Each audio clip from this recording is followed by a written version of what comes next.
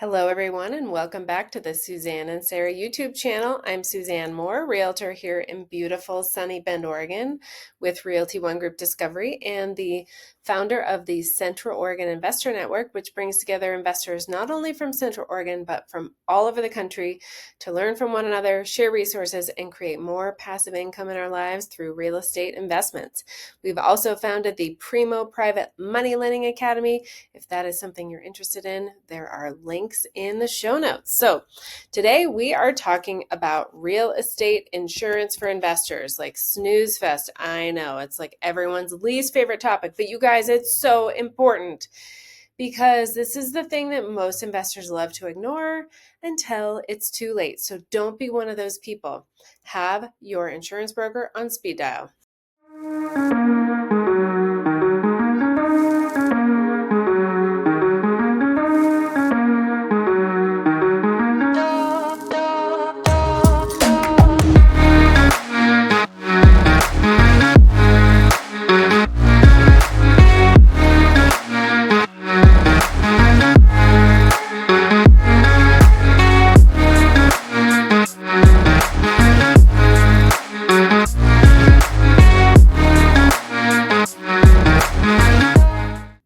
So I know insurance is not sexy, it's not fun, it definitely doesn't cash flow, especially these days when we're seeing premiums go up by double-digit percent, but that's where we're at. And if you're building a portfolio that is meant to fuel your lifestyle, not wreck it, then you need to treat insurance like the essential protection that it is. And this is really just the wake-up call that most people ignore. We've seen it before. Someone gets into real estate, they buy a rental or two or three and never call their insurance agent again because you're probably in, your insurance gets paid through escrow and you're just like, oh, set it and forget it. Sorry, guys, not the case. Also, maybe this investor switched the property from a long-term rental to a short-term rental, or maybe they did a renovation and the replacement costs went up. Maybe they now own 5 properties but still don't have an umbrella policy. You guys, if this is you, and like I have been guilty of this, there's no shame, just fix it. That is what this video is about, because when something goes wrong, and it absolutely will, at some point, you want to be protected. That's what insurance is. That's why you pay for it. So don't pay for something that's a total waste and not going to cover you, right? Don't scramble. Don't Google how to file a claim for a short-term rental when my insurance still says it's tenant occupied. Like, just do the right thing now. So let's talk through what you actually need. And the first point is different strategies for your investment mean different insurance. So if you're changing strategies, your policy has to change with you. So here's an example. Long-term rentals, this is the most basic landlord policies out there. They assume that you've got a stable year-long lease with tenants that have their own belongings, and they're typically cheaper, they're more predictable, but they do not cover the same risks as a short-term rental policy. So if you have a long-term rental and you're planning to convert it to a short-term rental, then you need to call your insurance agent. If you operate a short-term rental, vacation rental, VRBO, Airbnb, whatever you want to call it, you're basically running a hospitality business, and insurance companies see that differently. So you want to have a commercial short-term rental policy that includes loss of income coverage, guest liability, and higher risk tolerance for that frequent turnover that you want, to keep guests coming through your door. So yes, it costs more, but you're also making more on this strategy generally. And it can also save your buns if someone burns your place down with a rogue bonfire, which is actually like a big deal and shouldn't be allowed anyways. Midterm rentals, this is interesting because it's totally the gray zone of insurance. They haven't quite kept up with like how to insure this. So make sure your agent understands how often you have tenant turnover if you are renting out midterm, which is 30 plus days furnished rental, and what kind of income protection you want if the property happens to become uninhabitable. And don't forget this one, you guys, umbrella coverage. It's got a lot of names. It can be called liability protection, landlord coverage, umbrella policy. Regardless of what you call it, if you are building wealth, you need to protect it. And it's really your personal liability shield. So it's that extra protection that kicks in after your property policies have reached their limits. So God forbid there's a slip and fall lawsuit or an accidental injury at a short-term rental or a tenant who tries to sue over mold. These things happen, and it's not just about protecting the property, it's about protecting everything you've built. There's a lot more that goes into asset protection. This video is not meant to cover that holistically.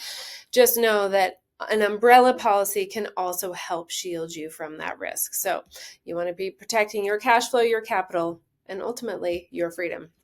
And the big question for a lot of us who have escrow accounts is, are you insuring the right amount?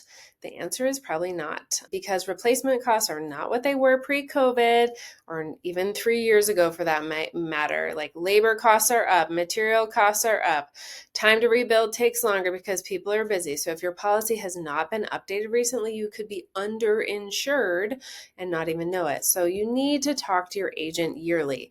You need to ask them, with the current replacement cost per square foot in my area, does this policy include inflation protection? And is loss of income included, and how long is it covered for? Do not want to be arguing about $80 a square foot when it actually costs $200, $300, $400 a square foot to rebuild your place. Really depends on where it is and how costs have gone up in your area.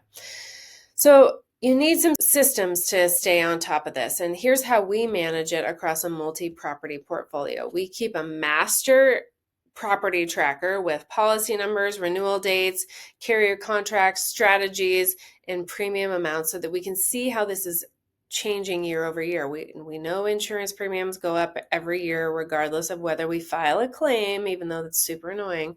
So you just have to be able to track it. And then that's something that you can roll into your justification for a rent increase if you have long-term tenants, for example. We also schedule annual reviews with our agent. Every November, I call my agent and I'm like, okay, give me the update. What's happening this year on all my properties, especially if I've added properties, refinanced, or changed how I'm using the assets. Super important. And then it's also really important to compare quotes every couple of years. And for some of you, maybe you have a little bit more time. Maybe you have a VA that can help you with this. Check them every year. Loyalty is great with your insurance agent, but savings and better coverage are more beneficial. And even if your insurance is on autopilot through escrow, that does not mean you should ignore it. And this is honestly why I took a bunch of my policies out of escrow and I pay them myself, so that I feel the increase, and it motivates me to call my agent every year and be like, hey, give me the quotes, give me the updates, and then I'm price shopping. So it is your job to check in annually, because your company is not going to shop for better rates on your behalf. And this is especially true here in Central Oregon, where wildfire risk is a real thing. And while insurance companies say they're not using certain wildfire maps, let's be honest, they totally are. So we know that premiums can vary wildly depending on who you're with in terms of insurance companies and what they're using for their underwriting data. One example just from our office is one of our colleagues actually was able to he bought a property and was able to ditch the former seller's $5,000 a year policy and replace it with a new one at half the cost with the same coverage, you guys. So $2,500, that's a lot of pod ski food truck meals or a couple of fancy box seats at the Hayden Homes Amphitheater. So you choose, right? What do you want to do with that extra money? I think do something fun with it, like eat out and go to a concert. And a quick phone call and a quote request can save you thousands of dollars. So wrapping it up today, insurance is not the fun thing of real estate investing, but it is one thing that is most important, because that is what protects your assets.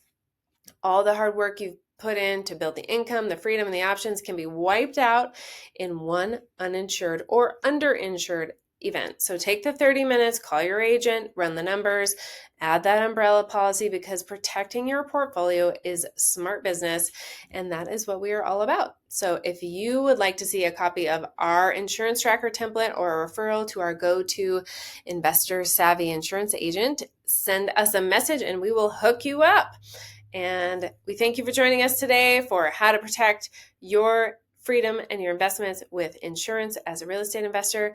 If you like this episode, please give us a thumbs up and like it or subscribe. And if you have any questions or want some resources, feel free to hit us up in the show notes. Thanks so much.